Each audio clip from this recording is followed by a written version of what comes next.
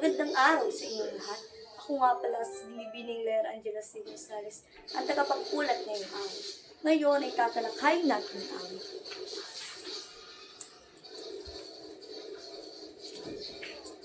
uri ng pangungusap ay sa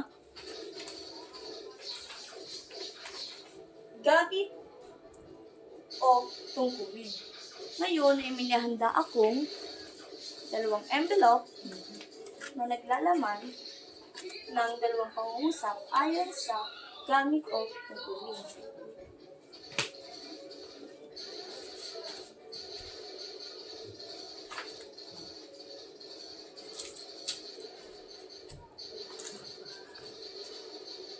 Una, paturol.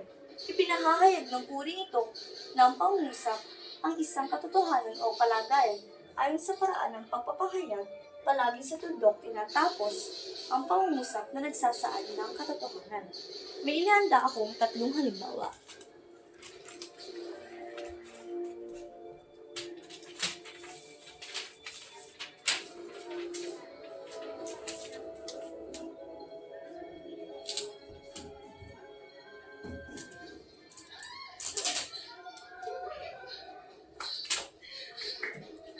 Napakagandang pamana ang edukasyon.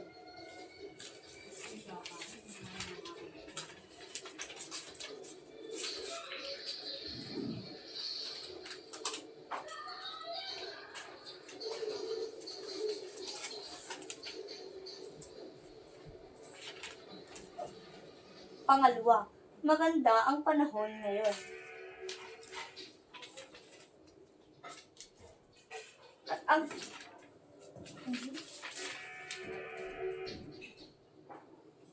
At ang panghuli ay kumain na sila ng hapunan.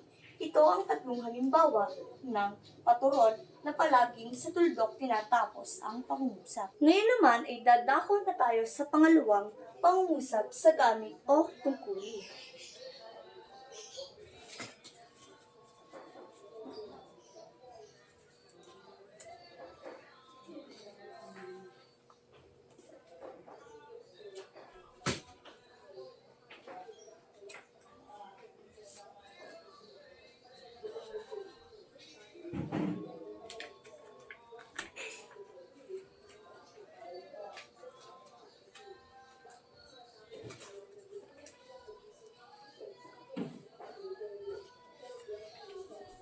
Ito naman ang pautos. May himig ng pag-utos ang diwa ang pangungusap. Ang pag-uutos ay nauuri sa dalawa. A. May paggalang sa kapwa sa tulong ng unlaping paki o maki. B. Pag-utos na walang paggalang o pasintabi. Dito muna tayo sa halimbawa ng letter A.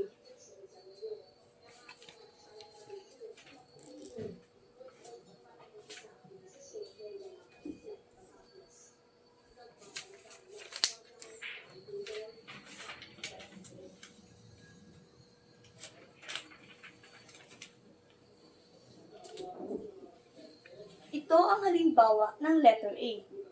Una, pakiabot nga ng aking sapatos.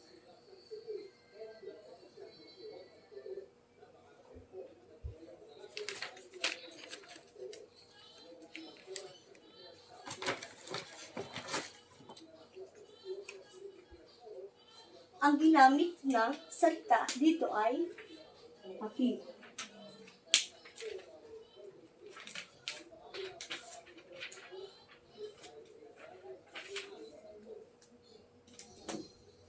Makisuyo naman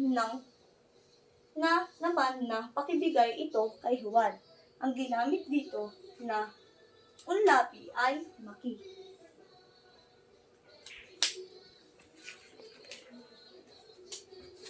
At ang panghuli,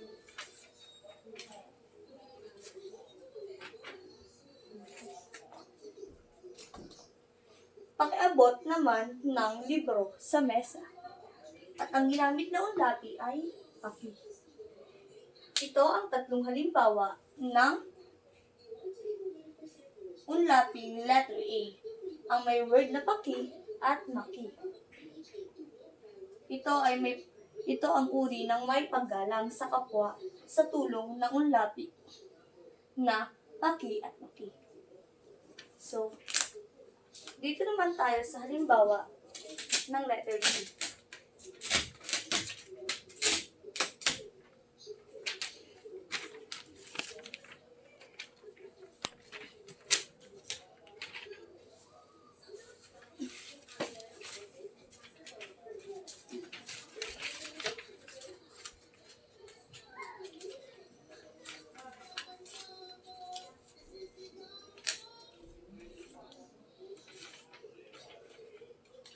Halimbawa ng B ay ito ang pag-uutos ng walang paggalang o pasintabi.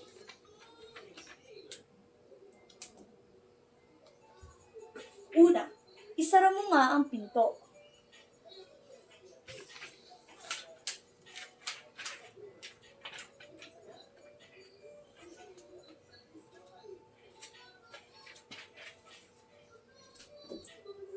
Pangalawa, abot mo nga yung libro.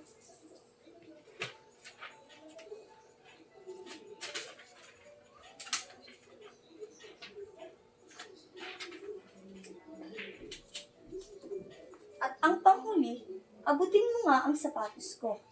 Ito ang tatlong halimbawa ng pag-uutos na walang paggalang o pasintabi.